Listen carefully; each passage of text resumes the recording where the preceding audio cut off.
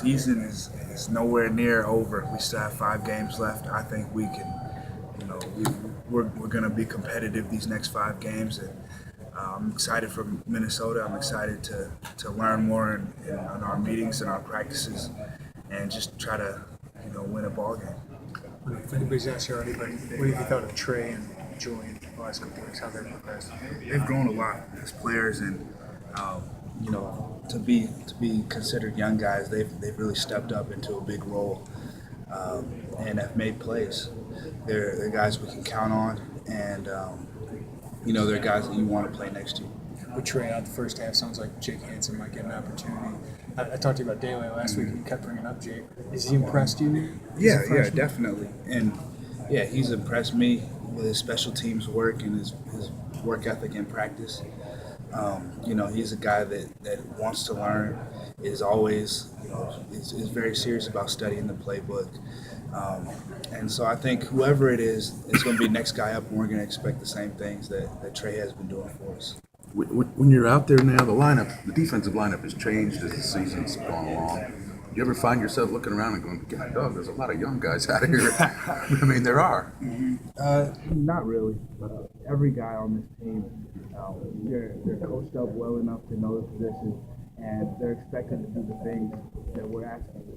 So it's one of those things where whoever it is, it could be third string or it could be a starter. Who's ever in the game is expected to perform and expected to make plays. What do you see and what have you learned about Stanley as he's gotten more playing time? He will throw his body around. He's a guy that plays with a lot of effort, a lot of emotion, and he brings a thump. From a safety, that's really what you want out of a young guy, a true freshman. Not being fazed by anybody. Throwing his body at big tight ends, throwing his body at big running backs. You love to see that.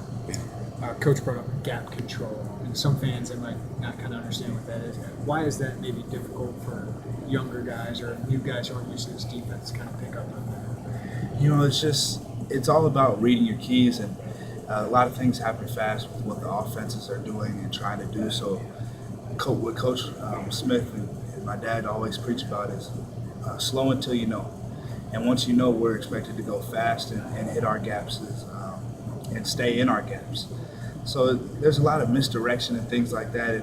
But fundamentally sound defenses don't let that phase them and just kind of stay in their gaps and play the run. Is the hardest part trusting? Like Coach was talking about how if you're going one way and the play's going the other way, but you need to go that other way. Mm-hmm. Is that the hardest part? Definitely. And also what can be hard during sometimes is second guessing yourself. You think you may have saw something, or you think the ball was handed off this way when you're really supposed to stay in your gap.